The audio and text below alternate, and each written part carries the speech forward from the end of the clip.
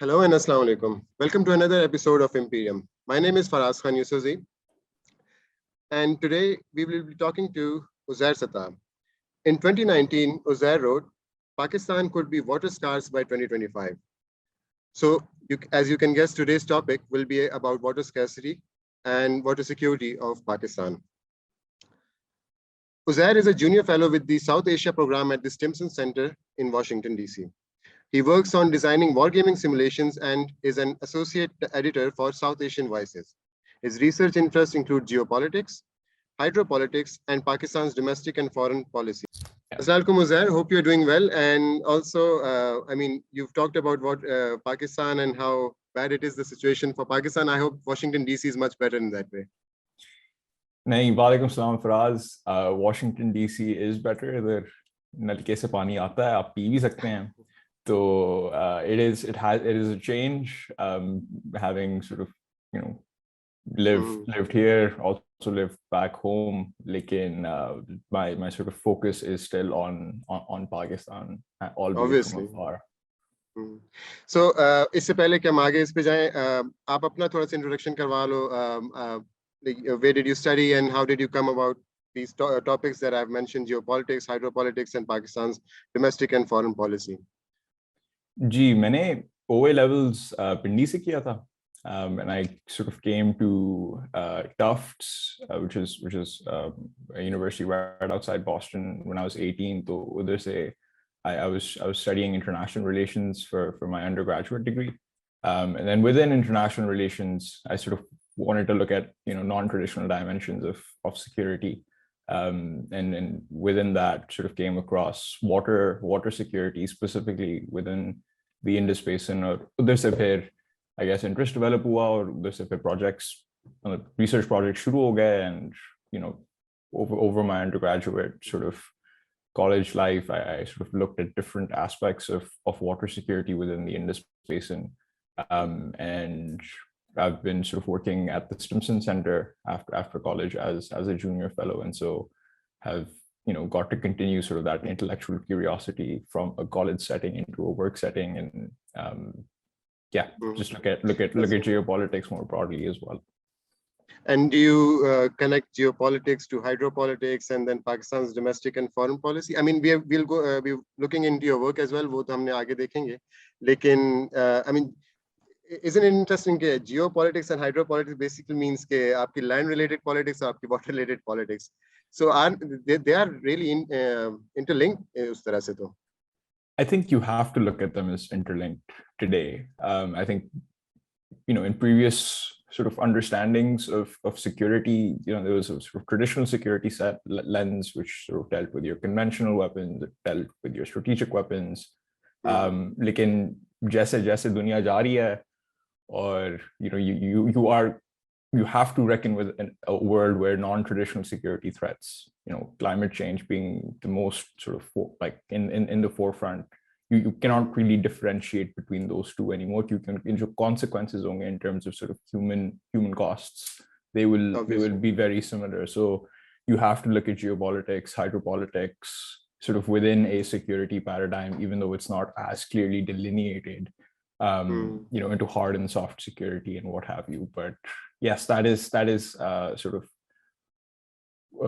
I think where we need to go is sort of look at non-traditional security threats and traditional security threats as sort of both sides of the same coin. तो आपने 2019 में लिखा था कि Pakistan could be water scarce by 2025, but I think within the same paper आप ये भी लिख रहे हैं कि we should stop talking about water scarcity and we should start talking about water crisis. तो पहले तो मतलब इसको हम break down कर लेते हैं. एक तो Pakistan could be water scarce by 2025. We've reached 2022. So how close are we? I mean, I'm living in Pakistan. I know we are quite close, but unfortunately, but how close are we? और फिर ये जो water security और water scarcity में फर्क क्या है? इसको आप किस तरह से फर्क वो देखते हैं? और फिर इसके ऊपर हम अगला इसका फिर होगा क्या काम आपने जो किया तो उसमें फाइंडिंग्स क्या है? लेकिन पहले इन दोनों में आपके ख्याल में अब कहाँ पे हम लोग? देखिए, that was actually my opening line in I think a much longer research paper, but I use that as an opening line because that was where the discourse was heading at the time. Pakistan Water, if you look at the Pakistan Water Council for Resources acronym, मैं भूल रहा हूँ अभी, but ji. that was what they were saying in 2018, as if अभी water scarcity नहीं है, 2025 में जाके water scarce साफ हो जाएंगे. And the sort of medium by which they were making that claim was the United Nations' categorical sort of if a country drops to below 1,000 cubic meters per person, the United Nations considers that country water scarce. अभी मैं 1,000 cubic meters per person अगर आपको मैं पूछूं कितना पानी है आप बता सकते हैं मुझे? No idea ना. That roughly translates to around 2,700 liters per person per day. Right. अब ये मेरी पानी की बोतल है. This is half a liter. Yeah. According to the United Nations, if you go by their definition of water scarcity, you know, if I take 500 of these bottles, I'm still water scarce, right? Yeah. As a person. So per day. Per day, 2,700 liters of water per day. Per person. उससे कम अगर आप drop करें तो आप water scarce, and that's sort of their definition of water scarcity. So that was the sort of metric by which I sort of made that claim. Pakistan will be dropping below 1,000 cubic water meters by 2025. Like, the crisis is not that we're going to be dropping below 1,000 cubic meters by 2025. You know, the crisis has been ongoing for the last 75 years. जो पानी का आपका जो crisis है. This is again a problem of definitions, and it's a problem of scale. The UN की आपको understanding थोड़ी सी समझा दिया on sort of water scarcity, but UNICEF has a different definition of water scarcity. They define it as 20 liters per day. You know, if you have 20 liters per day, you have access to water. That's their understanding of it. So up 20 liters of water a day to 2,700. That's a huge difference. That's a huge difference. But both are considered to be water scarce. So that term, I think, just it needs to be defined, and it's not been defined.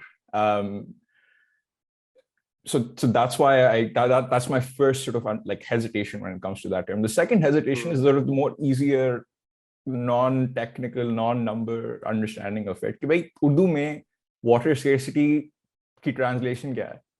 कमी. Scarcity की translation कमी है. अगर मैंने आज रात भिंडी बनानी है और मुझे 4 टमाटर और 4 प्याज चाहिए, शायद नहीं इतने चाहिए, I'm not a very good cook, but if I need those things and I say to you कि भाई मेरे पास कमी है प्याज की, मैं भिंडी नहीं बना सकता, वो इस घर के अंदर कमी है ना. मैं अगर बाहर जाऊं ग्रोसरी स्टोर, उधर से मैं प्याज उठा के ले लूं तो कमी नहीं रहेगी. That does not mean कि on the whole there is, you know, a shortage of onions. It just means that I have a shortage sort of onions. So like the term scarcity, the linguistic component of it, the more discursive component of it, implies that there isn't enough of it. You know, so if I say that South Asia is water scarce, or by extension, Pakistan is water scarce, जो एक में आप communicate कर, when you say that, the implication, you know, without the technical understandings of all of these terms, is कि पानी नहीं है, पानी कम हो गया. And that sorry, लेकिन ये उसी टाइम पे जब ये 2019 2018 में हम ये भी सुन रहे थे कि वो भी big headlines के the next wars will be on water wars, और वो इस तरह की headlines भी आ रही थी, वो सब कुछ. तो अब वही हम broadly ये कह रहे हैं कि क्योंकि ये भी मैं आपसे समझना चाहूँगा कि पानी तो है, और आगे इशू हम ये इसके आगे भी डिस्कस करेंगे प्रॉपर्ली कि हमारे अपने मैकेनिज्म्स के मसले हैं, हमारी पॉलिटिक्स के मसले हैं, वो सब कुछ, लेकिन पानी तो है. तो इसमें how real is the danger इस टाइम पे, आप किस तरह से देख रहे हैं? क्योंकि आम बंदे के लिए अब लाइक 21 लीटर्स या जैसे आपने कहा दैट्स लो ऑब्वियसली, क्योंकि हमें मेरे ख्याल दिन के 5-6 से 8 लीटर तो वैसे ही पीने होते हैं, फिर खाने में, फिर नहाने में, वो सब कुछ वो भी हो जाता है. तो प्रैक्टिकली अगर देखा जाए तो साउथ एशिया में रीजन में आप किस तरह से इसको देख रहे हो इस इशू को, और फिर पाकिस्तान में आप किस तरह से देख रहे हो कि how real is the danger, और इसमें से क्लिक बेट एलिमेंट कितना है और असल में जो एलिमेंट कितना है?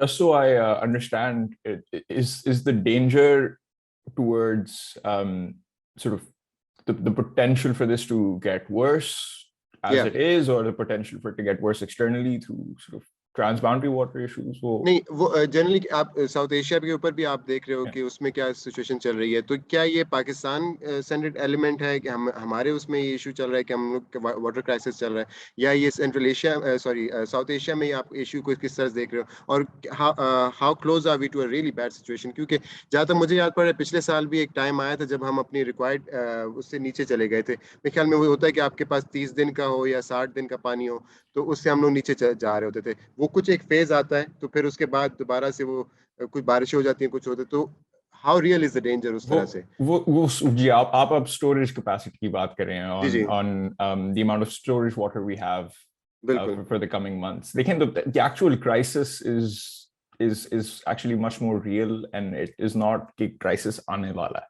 crisis आ गया. And in fact, it was there before I was even born, before you were even born. If you look at just Pakistan's, socioeconomic indicators, that is probably the most damning aspect of all of this. It's very hard for me to sit here in DC and like quantify, the human element of all of this, but there is a very real human element of all of this. If 40% of all of the deaths in Pakistan can be directly and indirectly linked back to not having enough access or having bad access to water, that's a problem. If a 4-year-old child is going to die from renal failure because they're malnourished, and that means that their mothers were also malnourished, that is a problem. And 49-50% of your children suffer from malnourishment, stunted growth, which affects their physical and intellectual and mental health throughout their lives. There's so many other sort of dimensions of this as well, but the crisis is one of access. The crisis is one there's a few people, there's a few industries that have uninterrupted access to water, and then there are the vast majority of people who don't. So when DHA Karachi gets 147% of its supply from KWSP, and the rest of the city is paying 6,000 rupees for a 20-liter tanker to come from a 25,000 rupee income, that is a crisis, because you have priced out and made inaccessible the most basic fundamental thing you need to survive.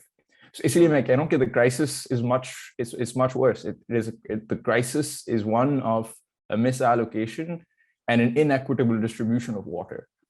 And whether or not there's enough water in your storage dams, whether or not transboundary water issues are flaring up from time to time, this has been a recurring problem for many decades.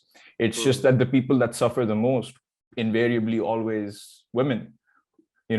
As men, we think of water in abstractions, but women are in rural Pakistan, they will be walking a kilometer, 2 kilometers, 10 kilometers, 5-6 hours a day to get water. उनसे आप जरा पूछें कि आगे क्या होने वाला है, जब वो 5-6 घंटे चल के जा रहे हैं और पानी नहीं है और इंतजार करना पड़ता है और वापस आता है, आप उनको क्लाइमेट चेंज के बारे में कॉन्वर्सेशन शुरू करके दिखा दें, कि आगे कितने मसले बड़े होने जा रहे हैं, वो आज का सोचेंगे. And that is the crisis is there. I'm not saying that climate change isn't real. I'm not saying that at all. There will be downstream consequences for this, but to say that we should be worried about the future, worried about आगे 5 साल 10 साल में होने क्या जा रहा है, that implies that what's happening now is fine. What is happening right now, this base normality that we've established is fine, and that we need to change our behavior so that we retain this normality. लेकिन जो आज की normality है वो आपके सामने है, वो हमारे सामने है, and that is not a normality, I think, that escapes the definition of a crisis. And I'm not using that word lightly. If it is a real crisis of access, it is a real crisis of inequity. So that is sort of what that is why I sort of refrain from using the term, water scarcity, because it implies that there isn't enough water to go around. Whereas everyone I've spoken to, like my own research has proven that पानी बहुत है, लेकिन मिलने वाले को बहुत मिलता है और बाकियों को बहुत बहुत कम मिलता है, अगर कुछ मिले. So that is बट जो आपने कहा कि पानी बहुत है, तो इसका, क्योंकि मैं खुद कोयटा से मेरा ताल्लुक है और वहाँ पे मैं ये कि टैंकर है आ रहे हैं, तो टैंकर भी तो कहीं से पानी ले रहा है ना. मतलब अगर पानी ना होता तो टैंकर वाले के पास पानी कहाँ से आ गया.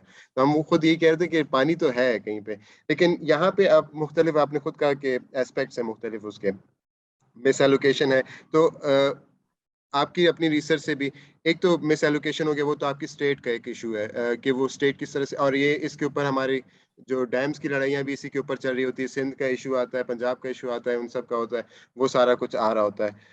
उसके बाद ट्रांसबाउंडरी अलग इश्यूज हमारे चल रहे हैं. इंडिया के साथ IWT का इशू हो गया, या अफगानिस्तान के साथ जो है काबुल रिवर के इशू हो गया, इस तरह से मुख्तलिफ. फिर उसके साथ climate change is a real issue as well, glacial melts मुख्तलिफ आ रहे हैं उसमें.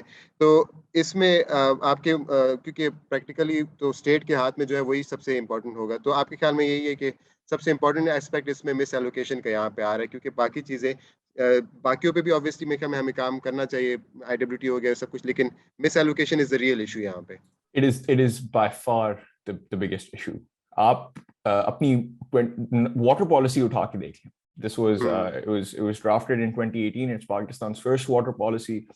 It takes a similar form to ये जो अभी ये security policy आई है a few months ago, where it's sort of a guide to define what the priorities are and says little about how we'll get there. But even that is an important start.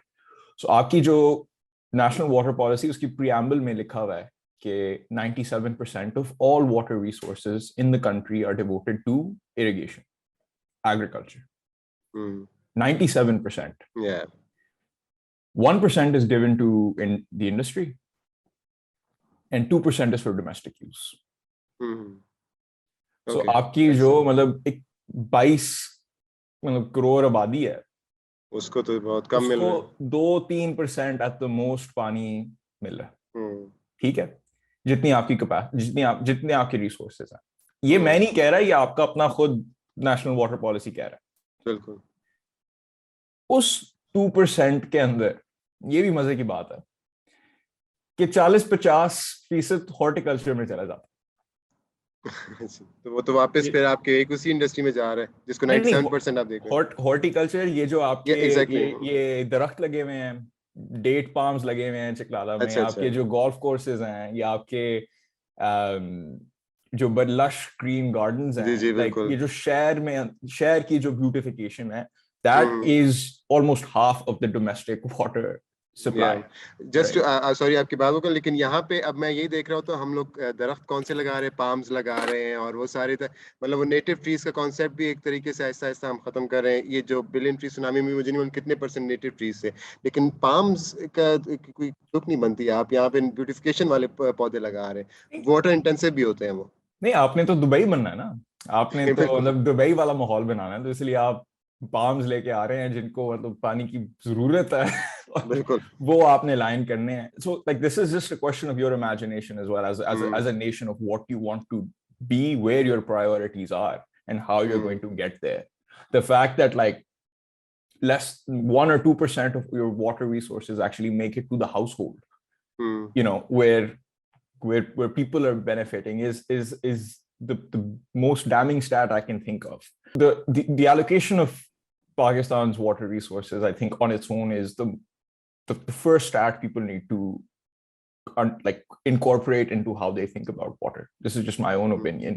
कि अगर 97% of all of your water resources are devoted to agriculture, अगर आप 1% भी 2% भी intersectoral transfer करें उसमें से, तो आप डबल हो जाएगा जितनी अवेलेबल पानी आपको घर में मिलता है, ट्रिपल हो जाएगा, right? And so you need to move there, you need to at least develop the will कि हमने अपनी agriculture पानी जो है, we need to limit that in sort of like our agricultural sectors and sort of transfer that into you know domestic use.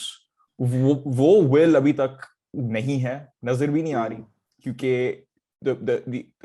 the conception of the problem is not one of misallocation. It is one of kami. And I think that is the biggest disservice that we're doing to ourselves, just as a nation. We just by understanding where the water is right now, that is in my understanding, the first step to actually taking a next step looking towards like solutions. वो अभी तक as such I हाँ.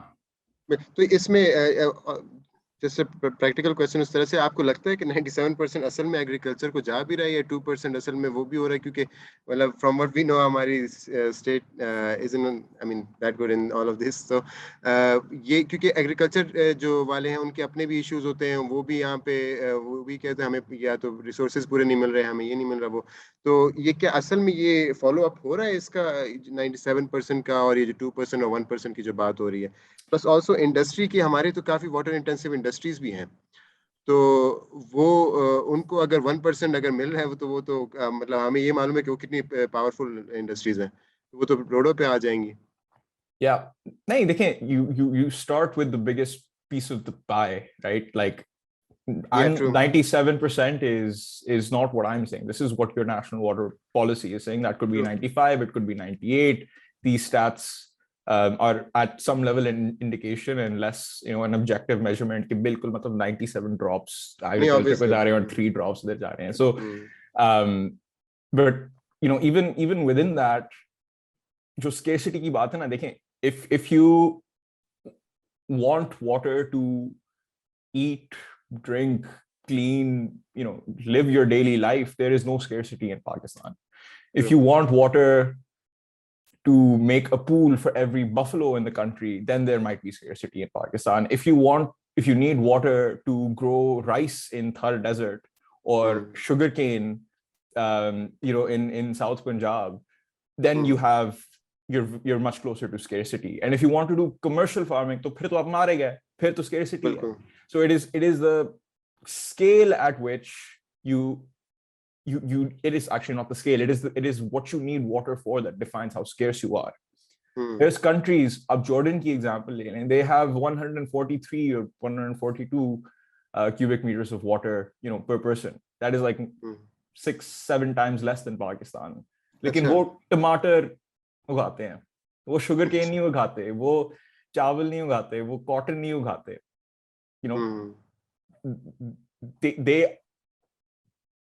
They to some extent have prioritized what they produce in agriculture based on the water resources that we have.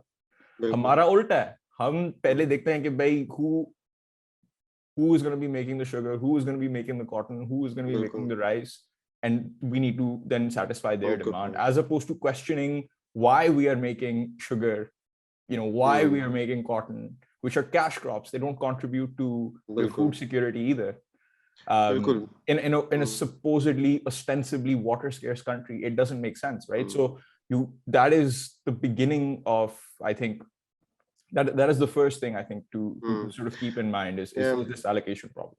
I mean, इसी से related फिर मुझे दो चीजें, एक तो जैसे कोयटा बलूचिस्तान जो है उसमें वो सेब के लिए मशहूर है, लेकिन हमें मालूम है कोयटा में पानी बहुत कम है और सेब काफ़ी वाटर इंटेंसिव फ्रूट है, लेकिन उसकी तरफ दूसरी भी हैं, जैसे अब जाके ऑलिव्स में हम बेहतर हो गए. Olive is in water intensive plant as such, और वो नेटिव भी है, तो वो वाली इंडस्ट्री अब ग्रो कर रहे हैं उसमें, और वो माशाल्लाह से बहुत अच्छी हो गई है. कुछ सालों में ही हमने उसमें सरप्लस में ही चले गए.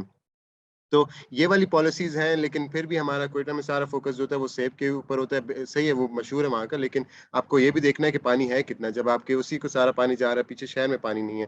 इसी से रिलेटेड फिर जो है आपने जॉर्डन की बात की, लेकिन इजराइल तो वर्ल्ड बेस्ट है इसमें, इन सारी टेक्नोलॉजीज में, और वो तो बाकी इंडिया में को भी उसने काफ़ी इसमें एजुकेट भी कर रहा है, सपोर्ट भी कर रहा है इस मामले में. तो उसके साथ ताल्लुकात रखना ना रखना तो एक अलग उसमें पॉलिटिक्स में आ जाता है, लेकिन ऐसी आप कि अपनी रिसर्च के मुताबिक ऐसी पॉलिसीज हैं जो कि हम उनसे सीख सकते हैं, क्योंकि इसके बाद फिर हम इंडिया के ऊपर आएंगे, लेकिन जो टॉप जो इस पे आ रहा है वो तो इजराइल ही है, उस तरह से जिसने अपने डेजर्ट को जो है वो वाटर सरप्लस में चले गए फ्रॉम व्हाट आई अंडरस्टैंड. देखिए, इजराइल की जो एग्जांपल है वो बिल्कुल लोग लेते हैं उन्होंने they've sort of kind of monopolized the discourse over drip irrigation. You know, they moved away from flood irrigation, they've moved away and they moved towards drip irrigation, which is, you know, irrigating your fields with limited water supply, but doing so with the same effectiveness. Like us argument maybe like the assumption is that electricity is free. You know, obviously. Yes, if you take a, you know, ये इस कमरे में अगर मैंने flood irrigation करना है, and you know, my Israeli brother on the right is gonna do drip irrigation, yes, they'll be using water more productively because they'll need less of it.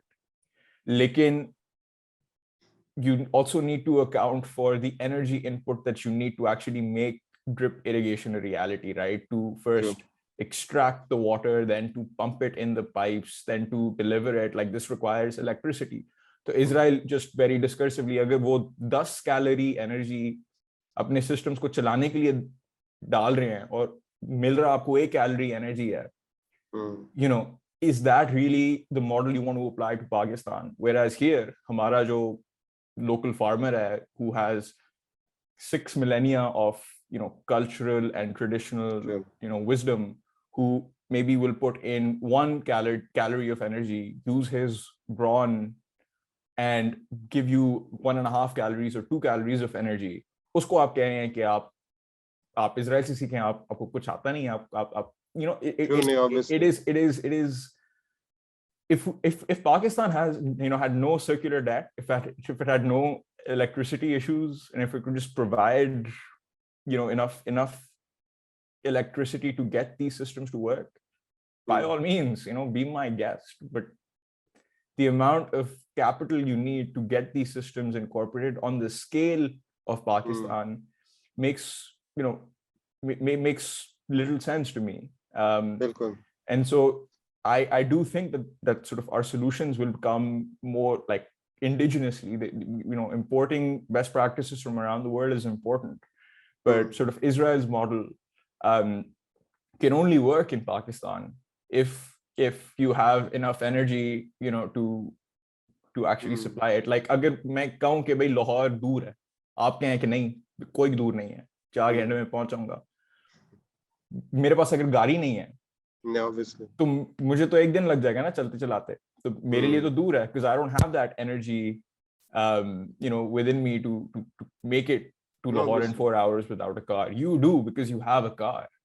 So it is a question, like it is all, you have to look at it from like sort of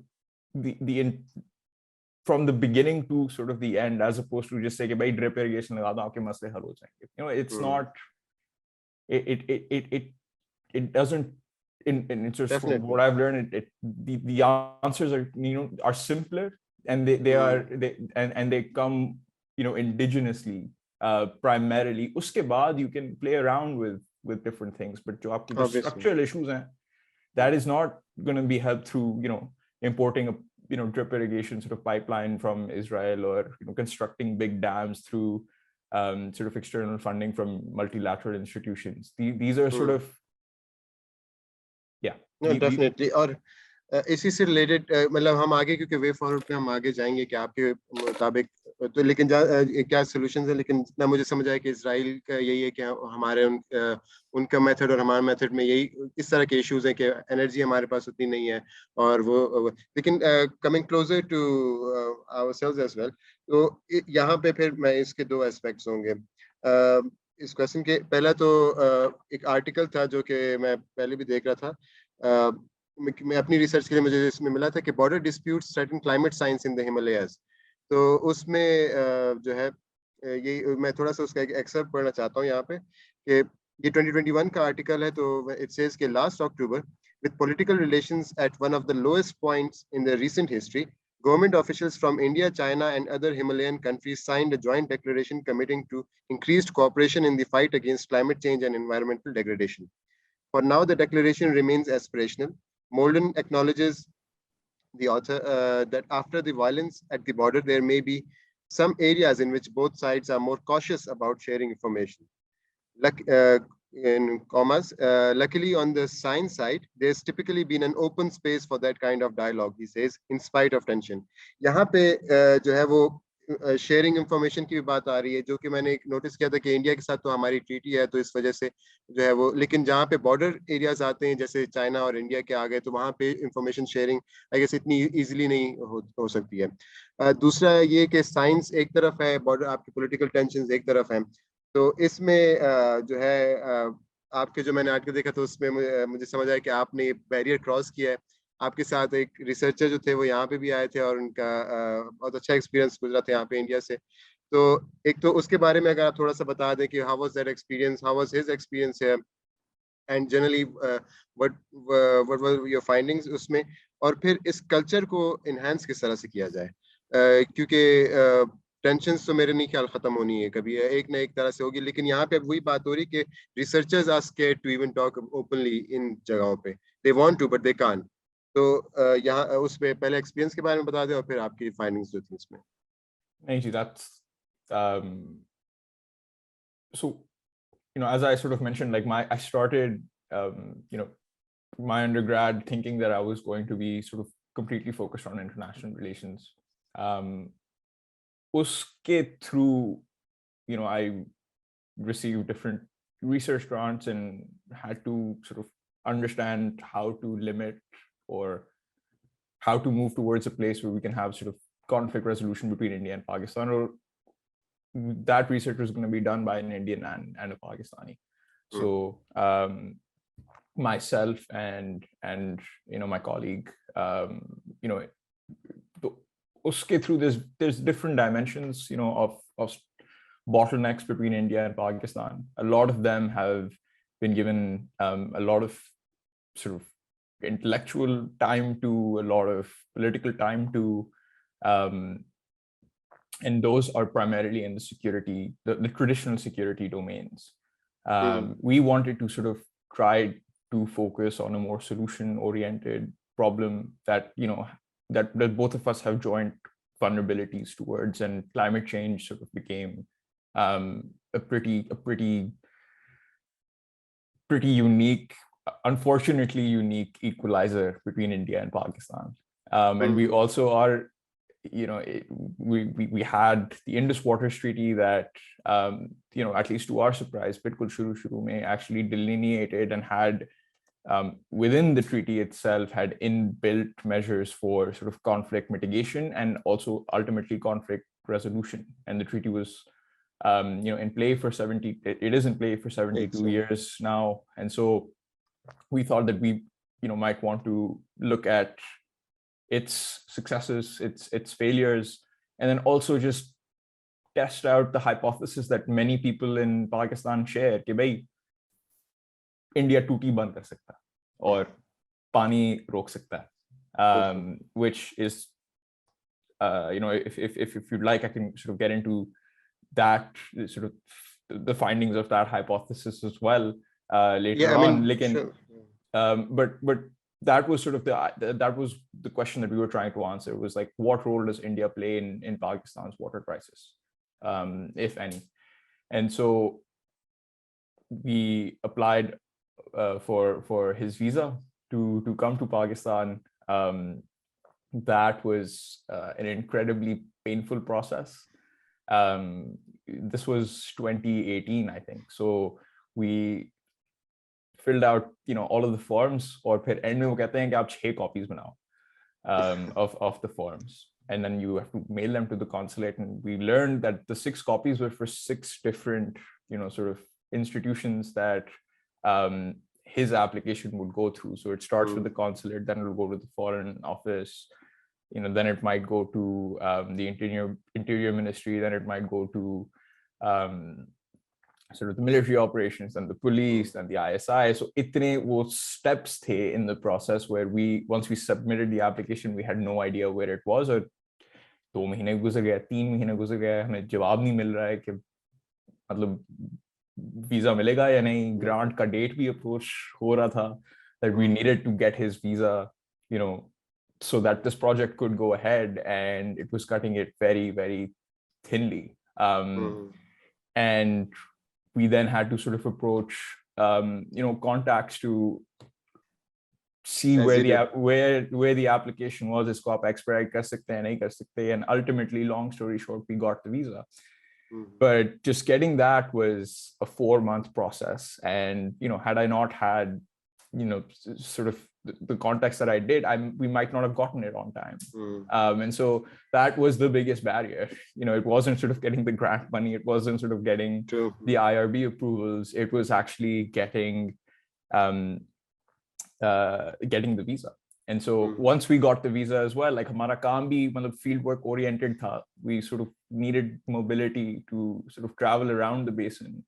But the visa stipulated that he could only go to the 2 or 3 cities, Lahore, Pindi, and Islamabad. So that was sort of an additional barrier, and we had to then work around that, where you're only sort of getting an urban view of the issue, a sort of expert technocratic understanding of the issue. That was another limitation, which I'm sure had its impact in not having not casting the widest possible net in terms of findings. I mean, there aren't any rivers in Islamabad, Pindi, तो आपको तो सिर्फ रावी मिला होगा वहाँ पे लाहौर में थोड़ा बहुत. हम GT रोड जब जा रहे थे तो हम झेलम I think उधर रुके और रावी पे भी रुके, but like again these were also just limitations that we had. लेकिन I think ये तो बुराइयां मैंने की हैं, लेकिन it was also very, very heartening कि the sort of people we met, the people we talked to, they were very supportive in terms of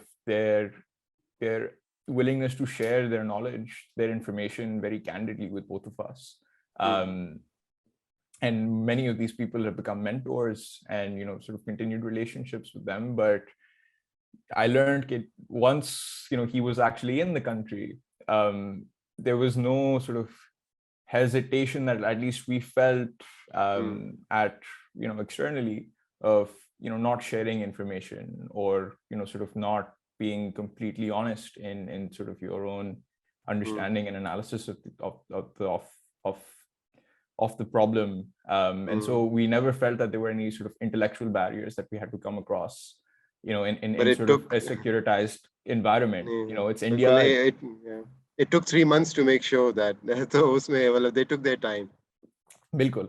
And then, outside of sort of the actual research project, for many of my family members, it was the first time, that they were meeting, in Indian. Other people as well, it was the first time that they were meeting an Indian. और फिर वो बात करते हो और है भी वो लखनऊ से, so आदाब वाला एक माहौल, उर्दू भी उन्होंने उनको मेरे से तो बहुत ज़्यादा अच्छी आती है, लेकिन that sort of familiarity aspect, that amin ki aasha aspect, that was also very much present in the whole trip. And then the product of it was an Indian and a Pakistani writing a research paper that evaluates the success and failures of the Indus Waters Treaty.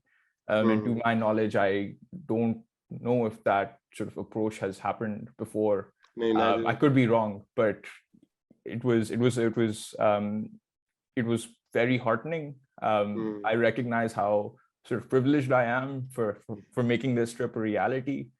But if this happened more, I would imagine just talking about the problems and coming up with solutions, would be easier, sort of like what this has led to right now. So it is my hope that sort of the people to people side of the India-Pakistan relationships remains insulated from sort of the high level politics that go on. I don't think there is a shortage of challenges that our two countries face together, and the government should empower civil society to at least try to take on those challenges, in sort of their limited understanding of these problems. और जितनी मेरी भी अपनी research से मुझे ये नजर आया कि इंडिया पाकिस्तान के बीच में, क्योंकि so from what I understand, India is really good at managing its water. ये अब recently भी एक conference में भी मैंने ये देखा था कि और इंडिया के अपने experts जो थे वो ये कहते हैं कि इंडिया के अंदर water management का process काफ़ी अच्छा है.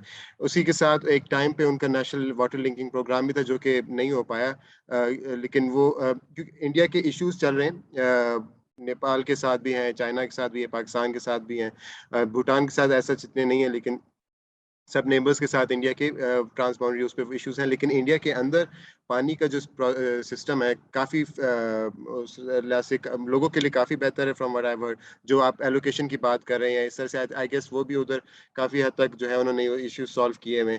तो एक तो ये है कि आप लोग की रिसर्च से भी आप लोग की जो फाइंडिंग्स थी वो, और उसके अलावा इसी से रिलेटेड ये था कि जो एक्सपर्ट्स हैं दोनों साइड के, ये आपस से मिलते भी नहीं है उस तरह उतना जितने बाकी चीज़ों के एक्सपर्ट्स मिल रहे होंगे। हम देख रहे होते हैं ट्रैक टू डायलॉग्स हो रहे होते हैं बाकी चीज़ों में, लेकिन वाटर के ऊपर ऐसा जितने हमें नहीं नज़र आते कि इस तरह से कोलैबोरेशंस हो रही हैं या रिसर्च पे काम हो रहा है। और इसी लिहाज से फिर अफगानिस्तान के साथ तो बिल्कुल नहीं है, वहाँ पे इंस्टेबिलिटी इतनी थी, लेकिन उसके अलावा भी उनके साथ हमारा बिल्कुल वो नहीं है। तो अब आपकी जो अपनी फाइंडिंग्स थी, हमने वही बात की इसराइल के साथ, तो वो तो दूर है और उनका अपना मुख्तलिफ सिस्टम है। इंडिया से हम क्या सीख सकते हैं, और इसी के साथ लिंक जनरली हम क्या आगे पाकिस्तान के लिए जो है वो क्या कुछ करना चाहिए, जो कि एक तो हम इंडिया सीखते हैं और वैसे भी उसके अलावा भी जो हम इंडिजिनसली हम क्या करते हैं। तो उनके वाटर लिंकिंग प्रोग्राम्स हो सकते हैं या वो जो भी उससे, और इसी के साथ अगर आप बता सकें कि आईडब्ल्यूटी का एलिमेंट यहाँ पे कितना रियल है, क्योंकि ये मेरी अपनी रिसर्च में मुझे नजर आया था कि आईडब्ल्यूटी के हवाले से हमारी जो भी डिस्प्यूट्स होते हैं वो इतने हमारे फेवर में उसमें तरह से नहीं आते। उसका एक बड़ा इशू ये भी है कि हम लोग अपनी रिस्पॉन्सिबिलिटीज पूरी कर नहीं रहे हैं, हम अपने डैम्स बना नहीं रहे हैं। तो ये सारा अगर आप इस तरह से देख सकें कि पाकिस्तान को इंडिया से क्या सीखना चाहिए और पाकिस्तान को खुद आगे वे फॉरवर्ड क्या होना चाहिए पाकिस्तान के लिए। देखिए, आप again, like, you can't import solutions. There are aspects that India has, demonstrated a lot of maturity in. So आप अगर उन साउथ में चले जाए, आप केरला, बैंगलोर में आप उनके वेस्ट ट्रीटमेंट फैसिलिटीज देखें, they sort of are able to process more than 80-90% of their wastewater, and reuse that. हमारा कराची में वो जो प्लांट लगना था, आई थिंक 20 साल हो गए हैं वो प्लांट नहीं लगा, right? And so that there's like that centralized local level, best models that you can take. But just on the Indus Waters Treaty, you mentioned experts don't talk amongst themselves, between India and Pakistan. I would just push back on that a little bit. The Indus Waters Treaty, I think, is one of the only institutionalized processes between India and Pakistan where experts have to meet twice a year. No, I meant civil expert, as in जैसे researchers and क्योंकि वो तो उनका काम है, वो तो उसमें मिलना तो बिल्कुल बिल्कुल जी, like that is true. The sort of inter-country dialogue is very limited. Lekin, again, the benefit of having the Indus Waters Treaty, I think you've got to look at it from the spirit of the treaty and then how that spirit has actually materialized over the last 72 years. India and Pakistan, right, are adversarial states, unfortunately. That was a reality in 1948 on April 1st when India, through the Firozpur headworks, stopped the flow of water into the Dilapur and the Baridob canals into Pakistan. So like overnight, Pakistan realized what being a lower riparian meant.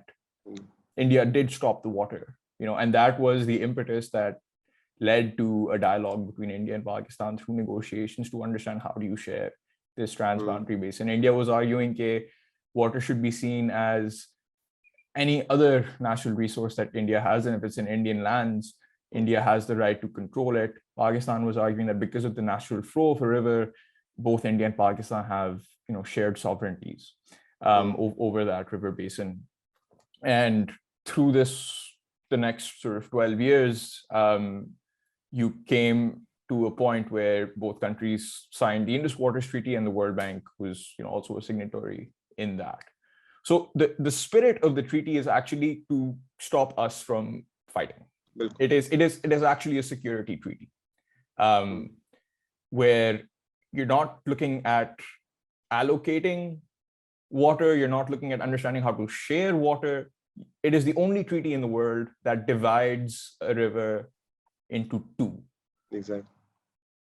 The three western rivers are Pakistan and the three eastern rivers are India. मतलब आपने geography को, like even geography wasn't enough of you know, a shared platform to allow you to think about how you want to share water. You had to divide it. There's no other treaty in the world that does this, but that is probably why it has withstood the last 72 years, because again, we're adversarial states. We don't know how to talk to each other. And dividing a river makes sense in that sense. Exactly. Not from an ecological perspective, not from an environmental perspective, but from a geopolitical perspective, it makes sense. And for this one treaty, we forgot कि हमारे issues हैं. Border ये हम मानते ही नहीं है. हम ये कश्मीर को नहीं मानते सब कुछ. Like we completely forgot. We were like, okay, let's just talk about the rivers. Yeah, exactly. But that came out of a need. Like, you know, Pakistan felt that need in 1948. And so you have to understand that that was why there is a treaty to begin with. It was to protect Pakistan's security interests with regards to water. Does the treaty still achieve that sort of broad objective? The answer is yes. You know, it does. India cannot stop the flow of water into Pakistan. Matlab, every time someone says कि भाई India टूटी बंद कर देगा, like I just laugh inside, and I'm like, just like look, deconstruct that analogy to begin with. You know, think about टूटी as like an idea. Yeah. कि this river basin was here before any of us were born. It will be here after all of us are gone. और आप अपनी शक्ल देखें जो आपने टूटी बंद कर देनी है. Like it is not a, you know, it is the arrogance that humans have, I think, comes out when you start thinking in these terms. But like that was the securitized environment that you were living in. Then you come to sort of the technical disputes that have emerged. Until 2002, there were minor disputes between India and Pakistan about you know, dam construction, plant construction on the western rivers. It was after 2002 that sort of the securitization of the treaty became mainstream, if you want to call it that. The Baglihar dispute began, and that was the first major dispute between India and Pakistan. The treaty, like you will know this, Faraz, it has an inbuilt dispute mechanism. Yeah, obviously. Yeah. You know, there's an established route. If there's a problem, the commissioners who meet biannually, they will raise that, and if that isn't solved, then that will become so that question will become a difference, and that difference then can be resolved either through a neutral expert or the International Court of Arbitration. And then it becomes a dispute. There's only been 2 disputes between India and Pakistan, right, that have been invoked through the treaty. Baglihar or Kishanganj. Yeah, I mean, legally, अगर आप उसमें देखा जाए तो there are loads of issues. Issues as in like हमारे अपने हमें होता है कि जी हमारे साथ हो रहा है ये वो, and that's a separate discussion obviously. अब recently भी एक नए डैम के की बात हो रही थी, फिर उससे पहले जो है recently जो 5 साल का स्टे हुआ था वो खत्म हो गया. उसके ऊपर तो अब दोबारा से वो बातें, उसके ऊपर जो है वर्ल्ड बैंक भी इसके ऊपर वो शुरू कर रहा है. तो वो सारे issues अपनी जगह हैं, लेकिन obviously it has stopped us from getting into a war type scenario इसके ऊपर पानी के ऊपर and everything. इसी के ऊपर वो टूटी वाली उस पे वो है कि I think like टूटी को तो नहीं वो कर सकते, लेकिन टूटी का फ्लो आराम से मतलब एक वो हल्का सा नाव भी होता है. तो क्योंकि हम इथियोपिया में भी ये देख रहे हैं, वहाँ पे जो सिचुएशन हुई है कि वो पूरा अपना एक डैम, और ये उसके तो अभी उनके वो जो तिगरे का इशू चल रहा है, वरना उसके वो अगर डैम बन जाता है गर्ड, तो उसके वजह से इजिप्ट काफ़ी इसमें सफ़र करेगा. तो ये जो हार्मन डॉक्ट्राइन की जो एक वो फिलॉसफी थी कि this is my resource and I do whatever I want, वो वाली फिलॉसफी तो है. और उसमें we've seen blood and water can't flow together वाले statements भी, लेकिन obviously in the end they all say like in the same meeting they are like, sir ये तो आप कह रहे हैं लेकिन हो नहीं सकता ऐसे, मतलब हम बंद नहीं कर सकते हैं कुछ इसमें. तो वो तो है, लेकिन इसका हल फिर वही है मेरे ख्याल में, कोलैबोरेशन है और वो एनवायरनमेंट प्रोड्यूस करना है वहाँ पे इंडिया में भी और यहाँ पे भी। I think more so in India इसकी ये होगा, इसके ऊपर शायद एक डिस्कशन होनी चाहिए कि पानी का इशू सिर्फ हम लोग पॉलिटिक्स के उस पर नहीं देख सकते, it's much bigger than that. क्योंकि साथ ही सिंध में अभी अभी जो हालात हो रहे हैं, तो वो उसका भी इससे ताल्लुक है। ऑब्वियसली इतना डायरेक्ट लिंक नहीं उस तरह से, लेकिन है उसका ताल्लुक। तो ये इन्वायरमेंट जो है बनाना, और इसके लिए what you think we at the civil society should be doing as well इस सब में, कि ये इन्वायरमेंट प्रोड्यूस हो सके जहाँ पे वहाँ पे भी हम ये बात कर सके कि it's let's move away from politics when it comes to water at least. Yes, no, that is on point for us. I think the first step to keeping sort of water separate, towards geopolitical sort of disputes is to insulate and protect the Indus Waters Treaty and the institutions that come under it as well. Because there are very little mechanisms that Pakistan and India have that allow for rational people to talk about rational problems, in a very irrational, broader environment between India and Pakistan. The Indus Waters Treaty does that. It also protects Pakistan's interests, the security interests. जो आपने भी बात की है कि आप टूटी को थोड़ा सा बंद कर सकते हैं, वो बात बिल्कुल सही है, लेकिन उसके लिए आपको मूवेबल गेट्स चाहिए एक डैम के अंदर या एक हाइड्रो इलेक्ट्रिक पावर प्लांट के अंदर। और आपके एनेक्चर डी में in the Indus Waters Treaty साफ लिखा है कि movable gates are not allowed. Right? The only time that they are allowed is in case of an unforeseen emergency. Achha, just to explain, like, India is allowed to create hydroelectric power plants that are run of the river. That means कि आप की जो दरिया की flow है वो आप use करके बिजली बना सकते हैं, लेकिन आप पानी एक्चुअली स्टोर नहीं कर सकते और आप पानी रोक नहीं सकते, because you're not allowed to do that, because that would be detrimental to Pakistan's security interests and contrary to the spirit of the treaty. The two disputes have come up for this question कि आप टूटी थोड़ी सी बंद कर सकते हो, and it in the first dispute in Baglehar, after the Indus commissioners got sort of the draw up of the project, they saw that there are low level outlets in Baglehar, जो movable gates हैं आपके. They were concerned by this because by having low level outlets you can stop the flow of water, and then at some time also like open those outlets and have that water continue ahead.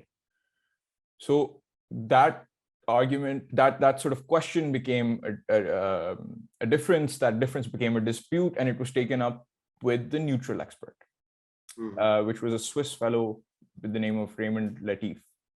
और उसने, he heard both sides' arguments. Pakistan's argument was essentially that low-level outlets are only superior to high-level outlets if the water reservoir is lowered. The treaty prohibits the lowering of the reservoir until you have an unforeseen emergency. अभी इस नुक्ते पे India कहता था कि sediment control is an unforeseen sort of emergency, and then they spun that argument and said that you need low level outlets for the operation and maintenance of the plant itself. Pakistan ka argument ye tha कि sediment control does not constitute an unforeseen emergency. You know that there will be sediment flow if you make a power plant. This is not unforeseen.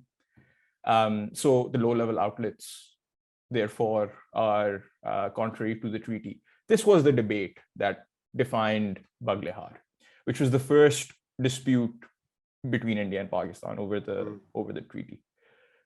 Aapka jo neutral expert tha, Raymond Latif, he was from Switzerland. He was from an upstream country who thought dams were beautiful and should be built, and the operation and maintenance of a dam is important, and did not sort of take into account sort of the security aspect of the argument, where if India was allowed to build this dam, with low-level outlets, they could then build other dams, and that is how you have control over the flow of the water. So we lost that ruling, and India was allowed to sort of continue to develop those low-level outlets, build Baglihar. Abhi usko humne counter kiya tha in our second and final dispute in the Indus Waters Treaty in Kishanganga, where we went to the International Court of Arbitration instead of a neutral expert, having sort of that experience behind, before us.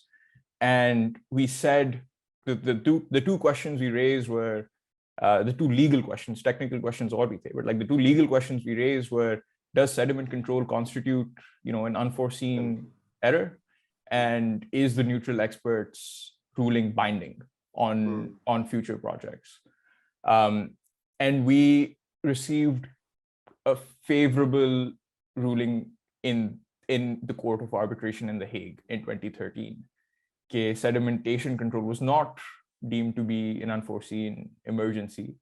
And so us sense mein, the original Baglihar decision was grandfathered, like we'd quarantined that decision, and the neutral experts ruling was not binding for all projects. So that was just restricted to Kishanganga and Baglihar, jo low level outlets the. Wo jo ek fear hai na ki cascade of projects, wo fear us waqt ameliorate ho gaya tha. The problem with that award was that it wasn't binding until the four legal, the four technical questions were also answered. So Court of Arbitration ne legal questions ko answer kiya tha, or the award would have been binding once the technical questions would be answered as well. Abhi Pakistan ka nukta ye tha ki humne jana hai Court of Arbitration ke paas, or India ka nukta tha ki humne jana hai neutral expert ke paas to answer the four remaining technical questions on the Kishanganga project.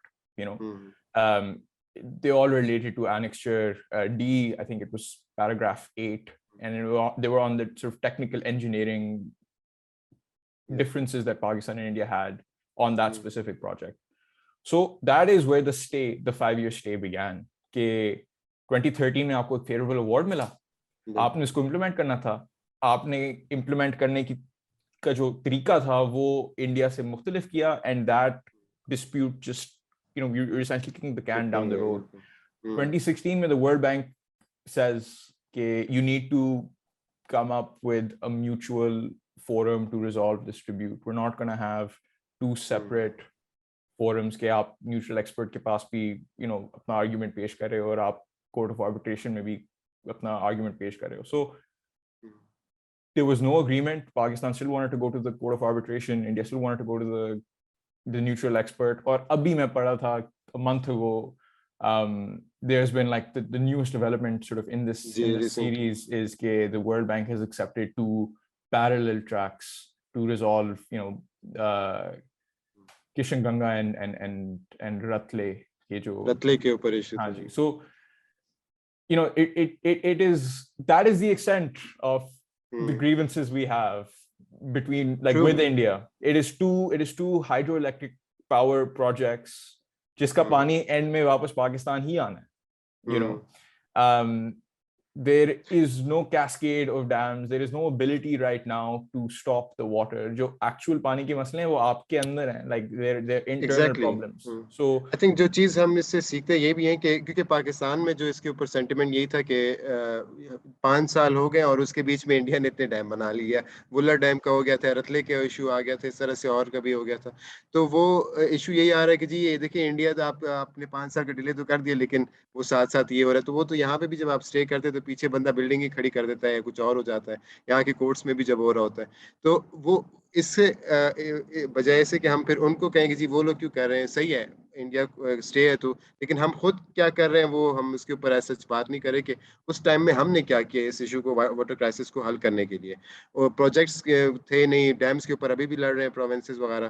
तो ये वही है कि इसके ऊपर अब अगर आपको I'll say 5 अगर मेजर वो देने हो या इसके अलावा अगर और भी हो कि क्या रिकमेंडेशंस क्या होंगी पाकिस्तान के लिए इस टाइम पे, स्टेट के लिए क्या होंगी, क्योंकि IWT का जो आर्बिट्रेशन वगैरह वो तो चलती रहेगी, अभी वर्ल्ड बैंक दोबारा उसमें आ गया, कुछ वो तो चलता रहेगा, लेकिन हमें क्या करना चाहिए इस टाइम पे?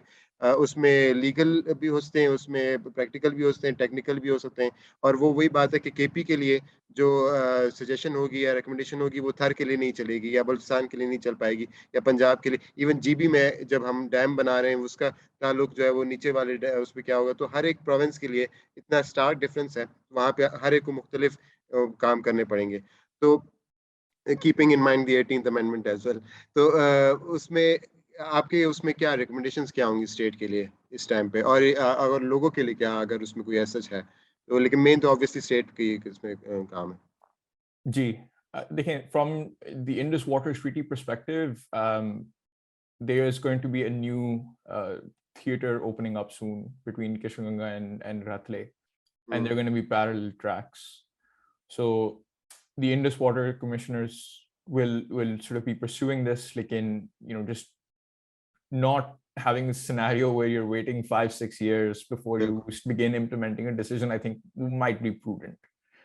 You got a favorable award in 2013, and you didn't implement that award, and India was able to build, you know, Kishwaganga. And by building Kishwaganga, एक paranoia in turn civil society में फैल गया था 2018, 2019 में कि जी देखें, violating, you know, the treaty, India has constructed this project and now can control the flow of water.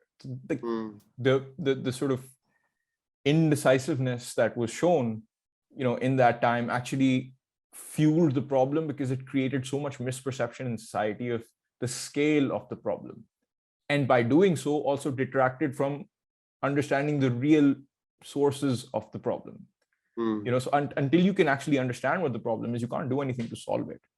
So from the Indus Water Treaty perspective, you've got to insulate that treaty from the ups and downs that come within the India-Pakistan relationship. It is a good thing that there is a treaty. We are a lower riparian. Agar there's people who argue that we should renegotiate that treaty for more favorable, you know, conditions, that is not going to happen. There is no incentive that India has to renegotiate a favorable treaty for Pakistan ke ji bade bhai hamare aur humne unko 5 darya de dene hain instead of 1. Like, this is not going to happen. And so you've got to insulate this treaty. It protects your interests. And you've got to depoliticize the hysteria that surrounds it by centering the sources of your problem domestically as opposed to externally. So that is probably the first step I would take. You know, then the second step is to then look internally. Is what is the problem that you want to solve? You know, in my opinion, that problem is making sure that every Pakistani has, you know, access to water, enough access to water to live a dignified life. And if that is the problem you want to solve, then you will need to make painful decisions in terms of intersectoral transfers. Why is Pakistan the world's largest exporter of virtual groundwater in the world? More than America, more than India. We export the most groundwater in the world. And apparently we're water scarce. So can you explain what virtual groundwater is? So, हमारे exports क्या हैं? Cotton primarily, textiles, sugar. You know, I'm sure there's others that I'm forgetting, but the primary products that we export require water to produce. ये जो shirt मैंने पहनी है, there was a significant amount of water that came, you know, to produce the shirt. And so all of that water, if you total it up, the water you need in the production of your exports, and if you just tally that water with the water that other countries use for their exports, Pakistan is number 1 in the world. Wow. Because all of our exports are so water intensive. And this also creates, recently in the previous government, Shaukat Tareen, I think I remember coming across this tweet celebrating sort of record high sugar exports. Current account balance jo hai, it's reducing, the deficit is reducing. We've exported all this sugar. And I guess from an economic sense, good for you. But True. I'm not looking at this from a purely economic sense. All of that sugar that was exported also required a lot of water to sort of produce. It also does not help that in Pakistan, the sugar elite is the political elite, which is the business elite. And so there's a chicken and egg problem, whereby the people that are actually going to be making changes are the primary beneficiaries of the current equation, which is an equation that's filled with illicit subsidies, tax evasions, just not pursuing this sort of mafia of sorts. Yeah, I mean, that's the word they use. The government itself uses the word mafia for sugar. So precisely.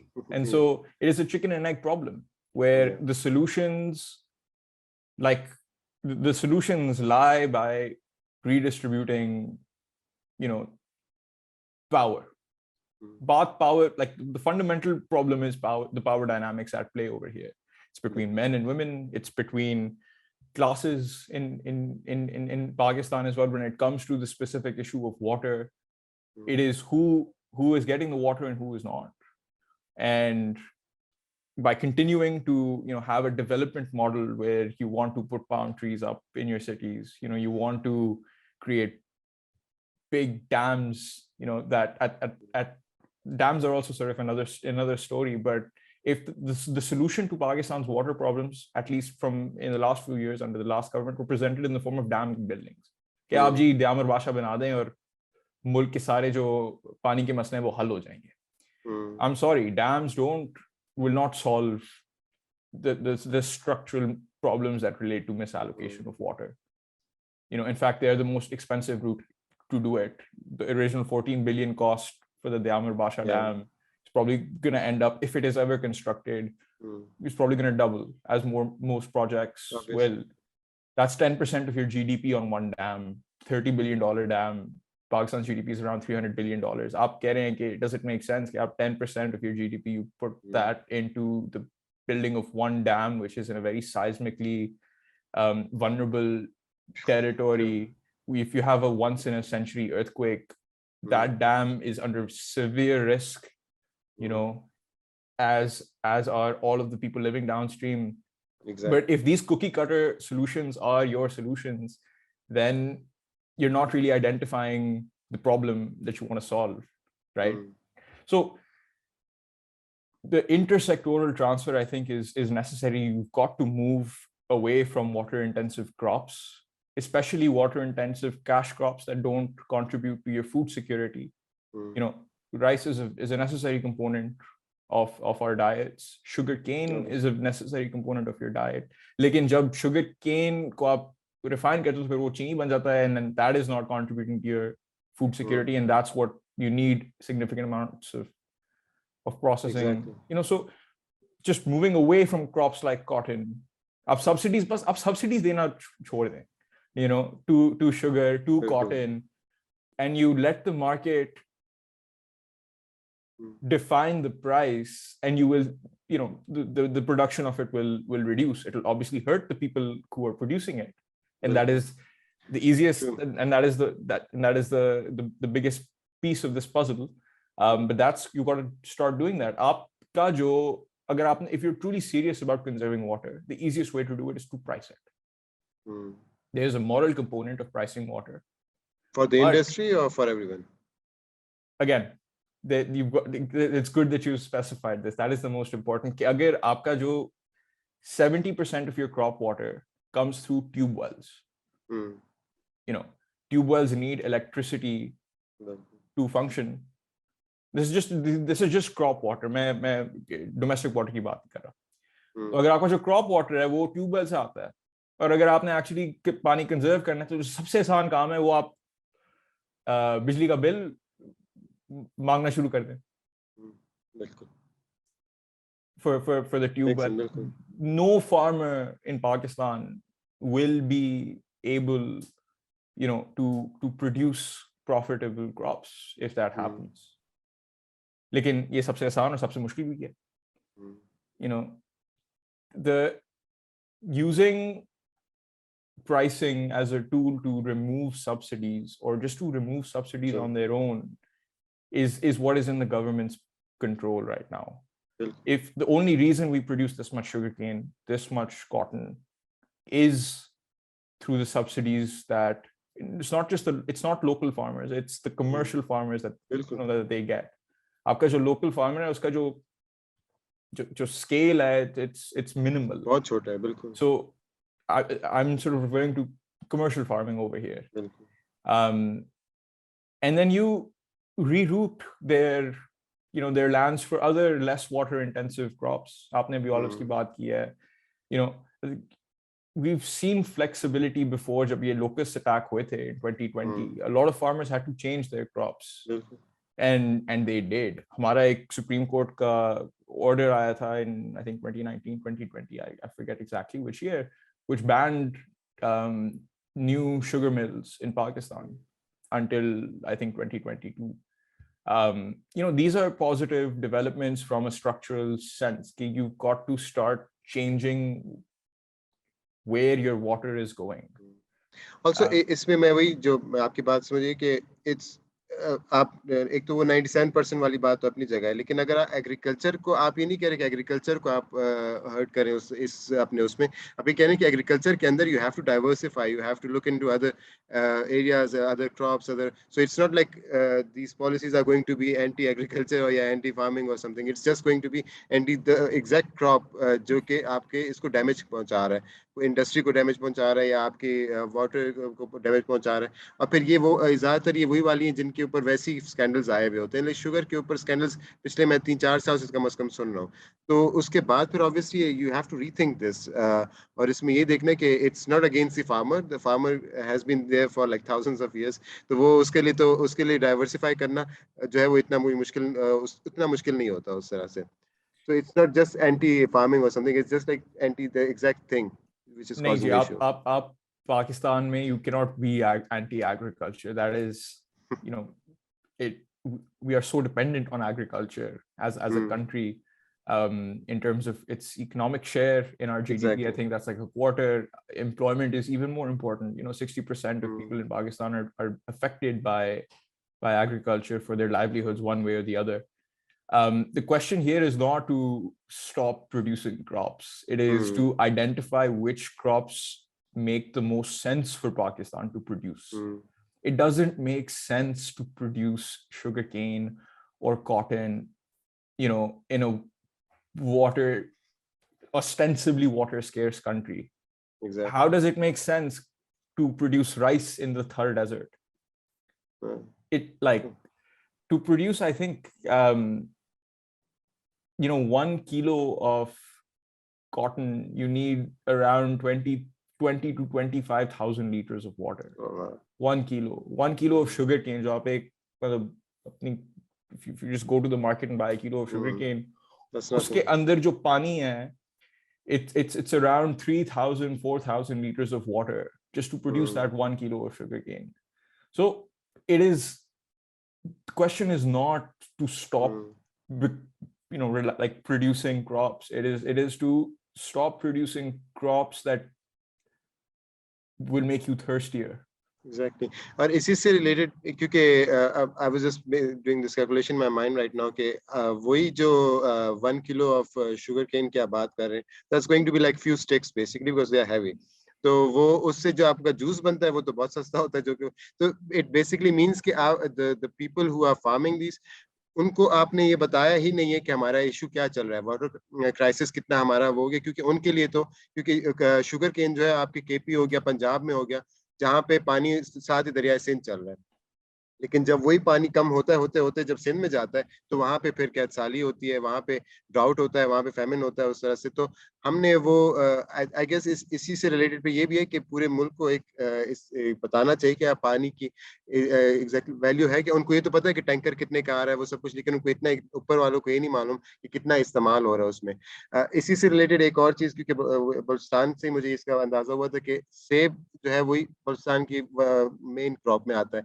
लेकिन जब वहाँ के मुझे farmer से मैं या businessman से बात हुई थी, तो उनका एक इशू यही था कि जी सेब हम बना रहे हैं, वो सब यहाँ पे बन रहा है, और हम लोग को ये होता है कि चले हमारी क्रॉप से हमें कुछ पैसा मिल जाएगा, क्योंकि वो उनके लिए तो यही सब कुछ होता है। लेकिन उसी टाइम पे आप जो है वो सेब बहुत सस्ता ईरान से इंपोर्ट कर रहे होते हो, अफगानिस्तान से इंपोर्ट कर रहे होते हो, तो आप अपने फार्मर को भी ऐसा कोई वो नहीं पहुंचा रहे जो कि जिसके पूरे उस साल की उस सेब के ऊपर वो डिपेंडेंट होता है कि यार ये साल के इसमें मैं सेब बेच के मैं कुछ करूंगा। साथ ही आप सस्ता सेब भी इंपोर्ट करो तो फिर यहाँ पॉपुलेशन तो वही रहेगी जो कि उनके लिए सस्ता पड़ेगा। इसी से रिलेटेड फिर उन्होंने मुझे ये कहा था कि ईरान में जब क्योंकि ईरान राइस हमसे इंपोर्ट करता है, तो जब ईरान में राइस का सीजन होता है तो वो और जगहों से इंपोर्ट बंद कर देता है। लेकिन हमारा यहाँ पे इस तरह कोई पॉलिसी है ही नहीं कि जब सेब का सीजन यहाँ पे है तो आप सेब ना इंपोर्ट करें, और उसी इस तरह से कोई और। तो बाकी मुल्कों की ऐसी पॉलिसीज हैं जिसमें अपने वो फार्मर्स को भी फायदा इस तरह से पहुंचा रही है। लेकिन यहाँ पे आई थिंक फार्मिंग से ज्यादा वो इंडस्ट्रियल एक माइंडसेट ज्यादा है कि जी इंपोर्ट करना है और ये चीज वो करनी है, वो ज्यादा इसमें ऊपर वेट ले लेता है, बजाय इसके कि आप उस पूरी इंडस्ट्री को, इस फार्मिंग इंडस्ट्री को फायदा दे रहे हो या उस जमीन को फायदा दे रहे हो। जैसे रिसेंटली आपने सुना होगा शिरानी जो बलूचिस्तान का जो एरिया है उसमें कोई 2 हफ्ते से आग लगी हुई थी जिसमें ऑलिव की क्रॉप्स बेइंतहा जो है वो जल गई। तो वही बात थी कि उसके लिए भी हमें फिर ईरान से जहाज मंगवाने पड़े, और जिसमें पाकिस्तान और ईरान ने मिलकर फिर उस पानी को बुझाया था। तो वो हमें ये भी नहीं नजर आ रहा कि आप 97% पानी दे रहे हो एग्रीकल्चर को, लेकिन आप एग्जैक्टली आपकी कौन सी वो है जो कि एग्रीकल्चर को फायदा भी इस तरह से पहुंचा रही है। इस तरह की पॉलिसी भी मुझे उस तरह से नहीं नजर आ रही है। नहीं जी, I'm a big supporter in import substitution of water, intensive crops. आप ब्राजील से शुगर केन मंगाएं, आप जमैका से मंगाएं, कॉटन भी आप अपने हमसाये मुल्क से मंगा लें. If you are water scarce, put your money where your बिल्कुल mouth is and start making changes to protect your water then. बिल्कुल। ये जो अभी आपने ये आग, a fire was burning in Pakistan, is burning in Pakistan, for 2 weeks now. और जितनी कवरेज उसको मिली है, रियली वो टीवी पे I तो कुछ था ही नहीं उस तरह से। I actually did not know. Faraz, अभी आप मुझे बता रहे हो कि we had to request Iran to sort of help with Yeah. the extinguishing, so हमें तो बस हमारी आग जलती है जब ऑस्ट्रेलिया में आग जलती है. Like we've got such big climate issues in your own country. Again, it is about putting the problem in a way that like you can solve it, and also understand it first and then solve it. But I agree with your point. Moving towards import substitution is a very logical thing to do, from a water lens at least. I mean इसी आग से related, sorry, लेकिन इस जो चलगोजे के जो सबसे बड़ा जो पाकिस्तान के अंदर वो, तो वो यही शिरानी का फॉरेस्ट था। तो चलगोजा आपका वैसे ही बहुत एक इम्पोर्टेंट वो एक्सपोर्ट है, लेकिन उसी का फॉरेस्ट आपके 2 हफ्ते तक जल रहा था, और उसके लिए हमारे पास इतनी चीजें थी नहीं कि फिर जब तक ईरान के वो आए और फिर उन जाके उस आग को पूरी तरीके से बुझाया। तो ये तो आपका एक मेन एक्सपोर्ट है आपकी, और वो ऐसा इतनी कोई वाटर इंटेंसिव एक्सपोर्ट है भी नहीं। पाइन जो है वो इतनी वो नहीं वो करता। लेकिन वही बात है, अब वो तो हजारों एकड़ की जमीन जो है वो जल गई है, और वो फार्मर्स भी, उनको भी अभी नहीं मालूम कि वो क्या करेंगे इसकी जगह उनके और उसके। तो वो आई थिंक वो है, वही बात है, मनी मेरा माउथ इस वाली बात है कि आप उसमें अपेरेंटली जो सेक्टर्स को आप कह रहे हैं कि हम फायदा दे रहे हैं, आप उनको भी ऐसे फायदा नहीं दे रहे। और उसके बाद फिर वाटर स्केर्सिटी का भी इशू आ रहा है, फिर उसके बाद हर सूबे की आपके साथ वो आपस में नहीं लग रही है इन बातों पे। तो I guess like loads of issues इस तरह से। वो जैसे I guess the main issue जो आपने कहा कि इंटर सेक्टोरल और इम्पोर्ट्स के ऊपर वी हैव टू फोकस के what are we going to import and export इस मामले में, and it should be not, it shouldn't be detrimental to our environment उस तरह से। Exactly. If you have a policy of minimizing your current account deficit, by all means do it, but not at the expense of the water resources in your country, right? If the way you're going to reduce the deficit is by exporting more cotton and exporting more sugar, uska bhi cost, will come in the form of lives. As I said, like in the beginning, the cost of this it is so difficult to like understand, conceptualize. 40% of like all deaths in the country are somehow related to a lack of access to quality and quantity of water, that is, for a state perspective, unfathomable, right? To stomach. Or it's maybe like, I think the other dimension that we haven't really discussed is sort of the gendered aspect of the water crisis too. You know, all of these decisions are usually made by men. It's almost always invariably men. And we like to think of water in a very abstract way. You know, yeah, I like you, Faraz, I'll give you, 3 cubic millimeters of water. I like you more, I'll give you 10, or here, take 20, here, take 40. यही बात मैं कर रहा हूँ ना. लेकिन जो actually जो एक lived experience है of actually getting water, that almost never falls onto a man's shoulders. It is women in rural Pakistan who have to walk 4 or 5 hours a day to get water. And you've got to also listen to, not just ask them questions. आपको कैसे पानी चाहिए, आपका quality कैसा है पानी का? Like just getting the most basic understanding of what the problem is that we're trying to solve, from the people that are most affected by it, which are always almost exclusively, mostly women. I was speaking with a mentor in sort of this field, and he was a part of the mission he was a part of a project to introduce piping in Mardan in KP. कि आपने उस शहर को pipe करना, and you provide houses, you provide piping, sort of inside the household. That project was sabotaged, in a month, because by piping water, sort of the women in the household lost the chance to sort of go to the water pump away from their husbands, away from their mother-in-laws, and just talk, right?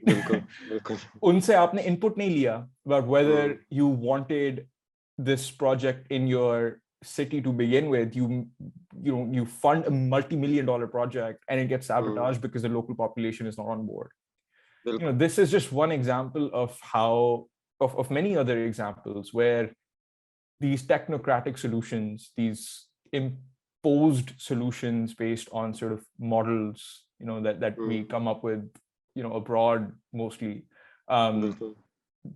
don't translate at the ground level, because water is not just this. It is not just this. It also represents a tradition. It also represents the history of our civilization. India was named after the Indus. So like there are cultural, societal, historic associations with water. Your farmer has got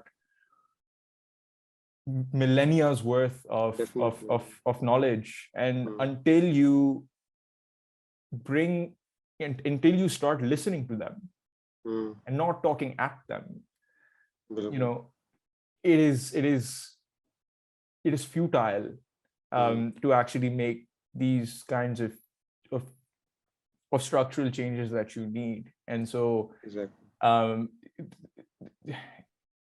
the water issue, इसी से मतलब related, I remember in third there was this project of क्योंकि वहाँ पे आमतौर पे मटके होते थे, तो उसकी वजह से बैग्स जो है वो उन्होंने यही दिखाया था कि वहाँ पे बहुत यंग लड़कियां थी जिनकी बैग्स इसी वजह से जो है टूटी हुई थी, क्योंकि वो इतना वेट उठाना वो सब, तो इसीलिए फिर एक प्रोजेक्ट इनिशिएट हुआ था जिसमें उन्होंने ड्रम्स को रोलर्स लगाए हुए थे, तो उसमें वही ड्रम्स आप भरते हैं और वही रोलर्स के साथ आप वो करते हैं, तो इट डजंट ब्रेक कि आपने पाइप नहीं है, आपके घर में पाइप नहीं आ रहा, आप फिर भी जा रहे हो, लेकिन कम से कम आपकी बैग जो है उसकी वजह से नहीं टूटेगी, वो आप रोल करके पानी जो है वो वहां से कुएं से वो लाते हैं। और क्योंकि मर्दान के साथ ही सवाब भी है जिससे मेरा ताल्लुक भी है, तो वहां पे भी पानी की लेवल से ही जो है वो, और इन्हीं को पता है कि पानी पहले जो है जब पहले काफी अर्सा पहले वो आप थोड़ा सा खोदते थे जमीन तो उसमें से पानी जो है वो निकलना था, लेकिन आप करते करते आप और नीचे जा रहे हैं, उस तरह से फिर आप और नीचे जाते जाएंगे।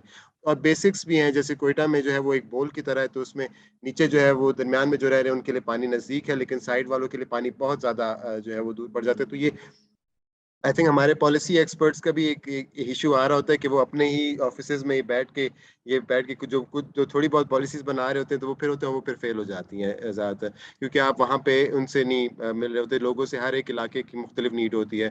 और एनर्जी की, जैसे आपने शुरू में बात की कि कुछ बहुत सरखेज इलाके हैं, लेकिन वहाँ पे जब तक बिजली नहीं होगी तो आप पानी कहाँ से, वो मोटर कैसे चलाओगे? तो वही बात है कि बिजली की जो है उसके बहुत बड़ा रोल है इसका। तो ये बहुत सारे एलिमेंट्स आई गेस जिसको हम वो करेंगे। Was there any concluding remarks उसके हवाले से, and like in a few in gist of this whole thing, if you want to? Yeah, nay, I think every time I sort of reflect on the water crisis, I realize it's not just a crisis of water, it's a crisis of many other dimensions that are interrelated. हमारे साथ जो fraud हुआ है वो ये है कि जो सॉल्यूशंस हम निकालते हैं are purely engineering solutions, like sort of the water technocrat, like जो आपका जो water expert है पाकिस्तान में, वो mostly engineer है, you know, who will be working in WAPDA, working in PWD. How many, you know, hydrologists are working on this? How many geologists are working, you know, on this issue? How many anthropologists are working on this issue? The solutions are multifold, but they are oftentimes much simpler than, you know, building a $30 billion dam, you know, or something of that sort. I think once you start to understand the water crisis as also a crisis of priorities, a crisis of development, a crisis of our imagination of who we want to be as a country, the crisis becomes much more graver than just saying our country is water scarce. I think the amount of layers in this onion are so many and so poignant that every time you peel a layer, you kind of want to cry a little bit more, you know, than you normally would, because it is such a deep-rooted problem. You know, I'll end by saying what I started with, is that the crisis is not coming. The crisis is not even here. It's always kind of been here in Pakistan's political history. So, you know, in the words of Danish Mustafa, you know, a mentor in this field, like, there is a crisis, you know, it's worse than you think, but it's not what you think.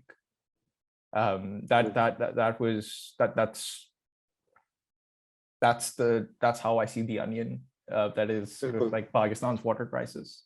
I mean, and the thing with onion is, I mean, you're crying because of the issue, and then it makes you cry as well because the water is going to go away. And I completely agree that the crisis has always been there, I guess, but we can fix it. It just needs that will and that passion to go forward with it. Uzair, it was lovely talking to you, and I learned a lot from you, इसी हवाले से, and I hope that once we have more updates on Ratle and on whatever World Bank does and everything, I hope to chat again with you and see what your opinion are on this. Naji, Faraz, thank you so much for inviting me as well. I hope to also learn from your work on this field, your sort of perspective on the Kabul River Basin as well. But thank you so much for the invitation. Thank you. This will be it from our side. I hope you guys enjoyed the episode. So until next time, Allah Hafiz.